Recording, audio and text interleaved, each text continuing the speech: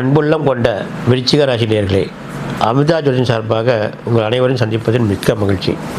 இந்த வாரம் நம்ம வார பலன் போட்டுகிட்டே வர்றோம். அதில் விருச்சிக ராசி நேயர்கள்லாம் நல்ல ஒரு ஆதரவு கொடுக்குறாங்க. அதெல்லாம் பார்க்கும்போது மகிழ்ச்சியாக இருக்குது. இந்த வாரம் விருச்சிக ராசி நேயர்களுக்கு எப்படி இருக்கும் அப்படின்னு பார்க்க போகிறோம். விருச்சிக ராசி நேயர்களை பொறுத்த வரைக்கும் இந்த வாரத்தில் ஒரு சாதகமான பலன்கள் தான் சொல்லலாம். அதாவது 5ஆம் இடம்னு சொல்ல முடியும். நம்ம 5ஆம் இடத்தில் ஒரு 4 கிரகம் கூட்டு கிரகமாக இருக்குது. அதாவது பூர்வ புண்ணியத்தில் 4 கிரகம் கூட்டு கிரகமாக இருக்குது.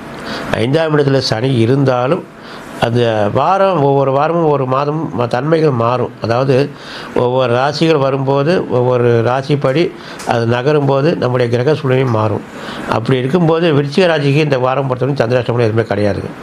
இந்த வாரம் பொறுத்த வரைக்கும் இல்லை, இந்த மாதத்தில் தொழில் ரீதியாக படிப்பு ரீதியாக சில செலவுகள் பண்ணுற நேரங்களுக்கு, அதாவது சுப செலவுகள்னு சொல்ல முடியாது, அந்த மாதிரி குழந்தைகள் கல்விக்காக சுப செலவுகள் பண்ணிக்கிட்ட நேரம் தான். அது பெரிய விஷயம் இல்லை. ஏன்னா நம்ம முதல்ல பண்ணுறதே படிப்புக்கு தானே முதல்ல பண்ணுறோம்.